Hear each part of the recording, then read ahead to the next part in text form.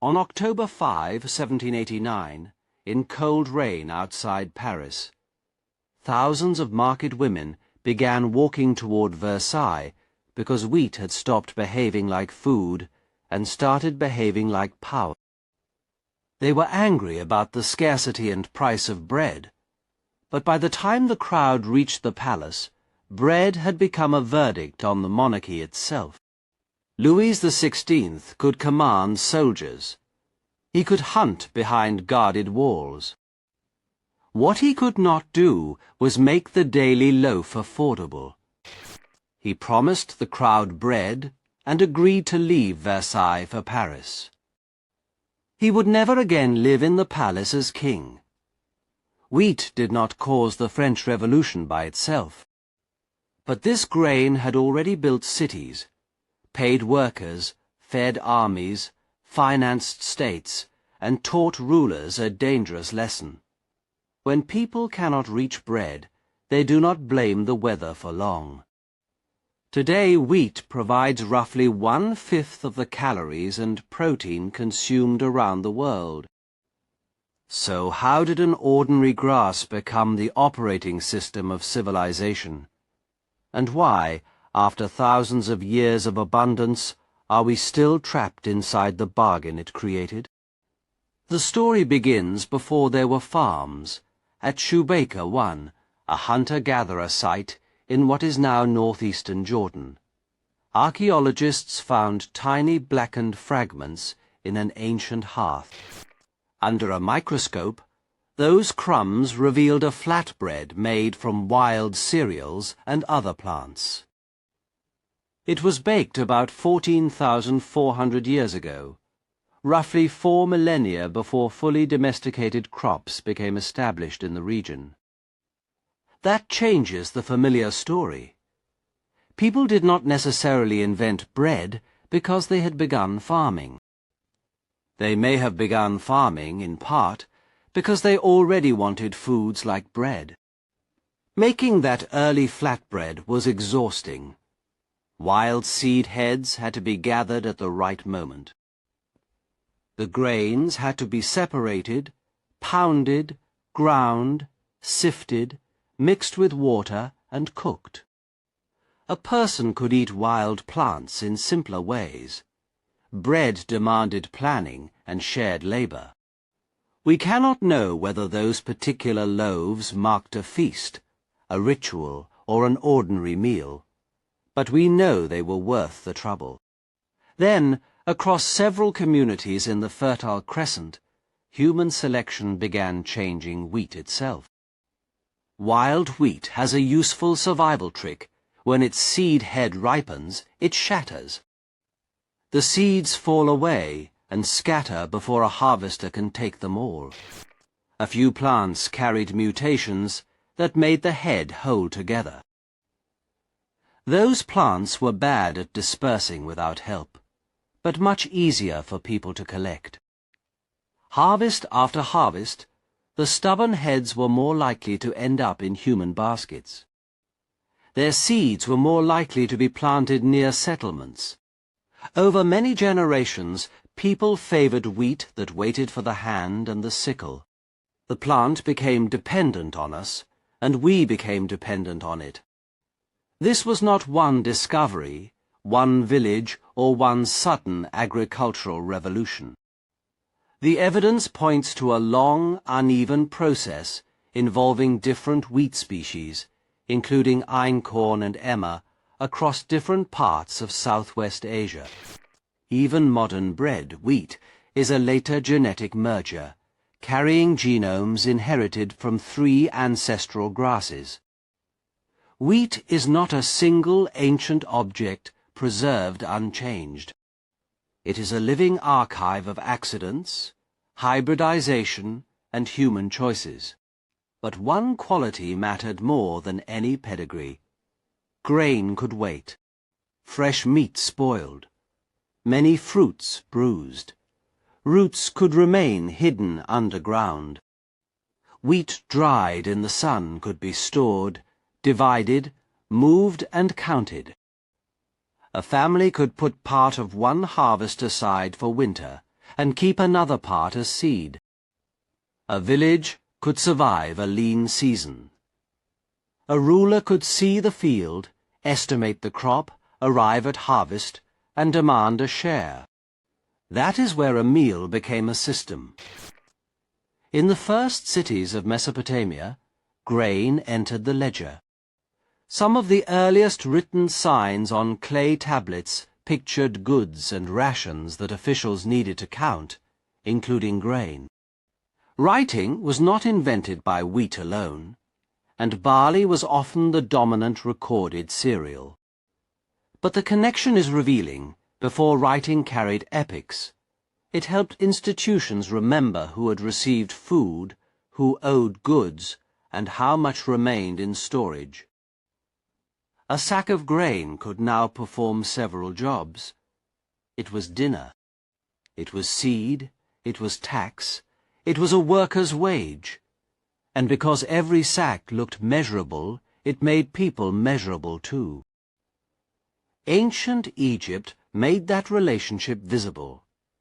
Bread and beer were staples, and many loaves were made from emmer wheat. In a society without modern cash, workers and soldiers could be paid in food rations. Some Egyptian soldiers even carried loaf-shaped wooden tokens recording the bread they were entitled to receive. That sounds stable until the sacks stop arriving. During the reign of Ramesses III, the skilled workers of Deir el-Medina built and decorated royal tombs near the Valley of the Kings. Their payment included regular grain rations. In year 29 of the king's reign, deliveries failed. The workers put down their tools, crossed guarded boundaries, and staged sit-ins near royal temples. A surviving papyrus records their complaint in brutally simple terms. They were hungry. It is widely described as the first documented labor strike in history. The men were not asking for a new luxury. They were demanding the grain already owed to them. The state that could build a pharaoh's eternal tomb could not deliver a worker's monthly ration. Wheat had become more than nourishment. It was the contract between labor and power, and when that contract broke, work stopped. Centuries later, Rome scaled the same bargain across a sea. At its height, the city may have held more than 1 million people, far too many to feed from nearby fields. Rome depended on a state-organized supply system known as the annona. Grain moved from Egypt and North Africa in bulk ships, crossed the Mediterranean, entered the ports of Ostia and Portus, travelled up the Tiber, and disappeared into vast urban warehouses. Every link mattered. A failed harvest, a storm, piracy, corruption, or delay at the docks could become hunger in the capital. Imperial officials supervised procurement, shipping, storage, prices, and distribution. Eligible citizens received subsidized or free grain, and later bread. The emperor was not simply feeding Rome. He was demonstrating that Rome still worked. The grain dole looked like generosity, but it was also political infrastructure. A city dependent on distant wheat needed warehouses, harbors, clerks, tokens, guards, shipowners, and a ruler who could keep them moving. Control the supply, and you could calm the city. Lose control, and the crowd would remind you what bread was worth. That model survived Rome. Across medieval and early modern Europe, bread revealed class before a person said a word. Finer, whiter flour required more sifting and expense. Darker loaves made from less refined wheat or mixed grains filled poorer tables. Landowners collected rents and tithes from harvests. millwrights could force farmers to process grain through controlled facilities. The daily loaf carried the fingerprint of whoever owned the field, the mill or the oven. Europe then carried wheat into lands where it had never been a native staple. In the Americas, colonizers planted it beside older indigenous food systems, built around maize, beans, squash, roots, and local grains. Wheat supplied familiar bread and Christian communion, but it also brought ploughs, mills, new property systems, and a European idea of what cultivated land should look like. Indigenous labor and knowledge helped make colonial wheat possible, even when colonial institutions treated European bread as a mark of status and civilization. Wheat did not merely follow empire. It helped empire reproduce home on foreign soil. Wherever the crop took root, it brought a familiar chain behind it, surveyed land, synchronized harvests, mills, taxes, and markets. The stalk changed climate and soil, but the political architecture around it remained recognizable almost everywhere. And still, the oldest weakness remained. A wheat system can produce extraordinary abundance, but it concentrates risk around harvest, storage, transport, and price. That is why the rain-soaked March of October 1789 mattered. France's crisis included debt, inequality, political conflict, and years of mistrust. Bread was not the only grievance, but hunger made every other failure immediate. The crowd that reached Versailles forced the royal family back to Paris, calling the king, queen, and heir the baker's wife, and the baker's boy. The joke was also an accusation.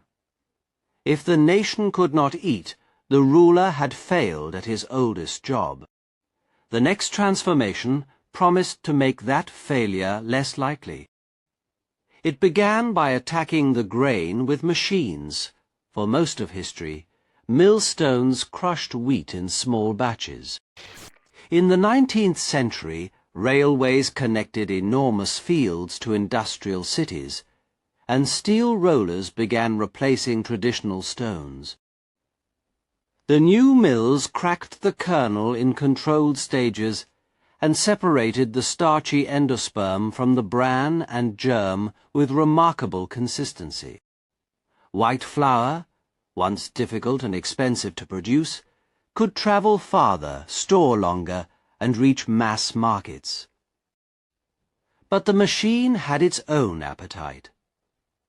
In Minneapolis, on May 2, 1878, a spark ignited flour dust inside the Washburner mill.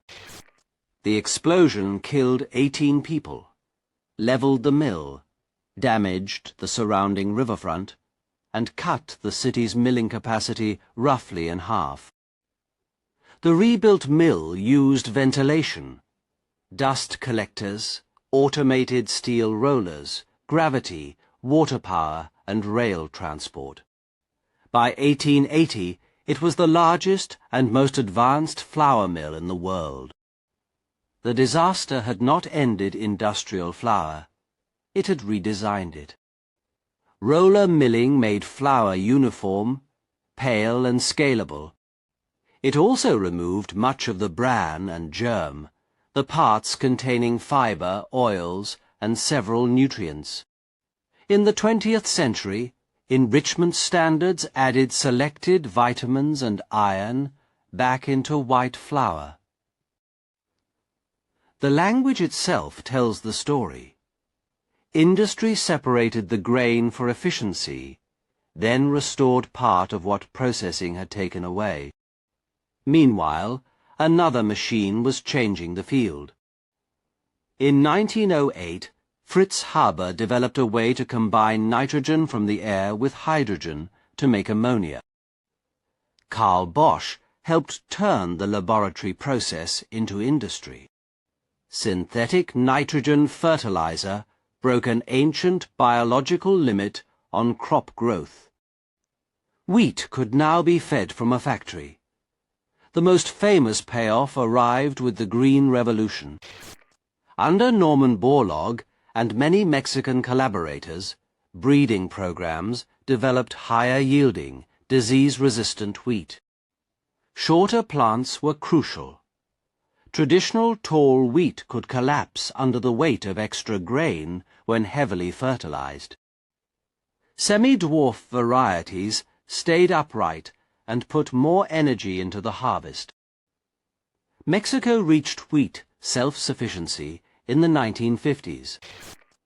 In the 1960s and 1970s, related varieties and farming systems helped India and Pakistan avoid feared famines and produce record harvests. Borlaug received the Nobel Peace Prize in 1970. It is difficult to overstate what this achieved. More grain grew on existing land, and millions of families lived through a population surge that had looked terrifying. But the miracle was never just a seed. It required fertilizer, irrigation, pesticides, credit, roads, research, and governments capable of distributing them. Farmers without access could fall behind. Heavy fertilizer use could pollute water and release powerful greenhouse gases. Irrigation could drain aquifers. Uniform crops could increase exposure to disease. Wheat had escaped one limit by entering a more complex machine. That machine is now almost invisible. A modern loaf begins with genetics, weather, soil, fuel, and fertilizer. It passes through combines, elevators, grading systems, futures markets, railways, ports, roller mills, bakeries, plastic packaging, and supermarket shelves. Cheap bread feels simple, only because the complexity has been hidden from the person eating it. In 2026, the world is forecast to produce more than 800 million metric tons of wheat. Yet abundance does not erase dependence. In July of that year, global wheat prices jumped nearly 6% in a single month as disruptions threatened Black Sea exports and heat damaged yield prospects in major producing regions. The movement was recorded on screens, but the logic was ancient. Interrupt the route between field and loaf, and people far away pay more. This is the bargain wheat created. Its dry kernels let humans store tomorrow. Its visible harvest let states count and tax. Its gluten helped dough trap air and become bread. Its genetic flexibility let breeders push yields higher. Its compatibility with machines made calories astonishingly cheap. But each advantage created a dependency. Storage invited seizure. Surplus invited hierarchy. Trade invited blockade.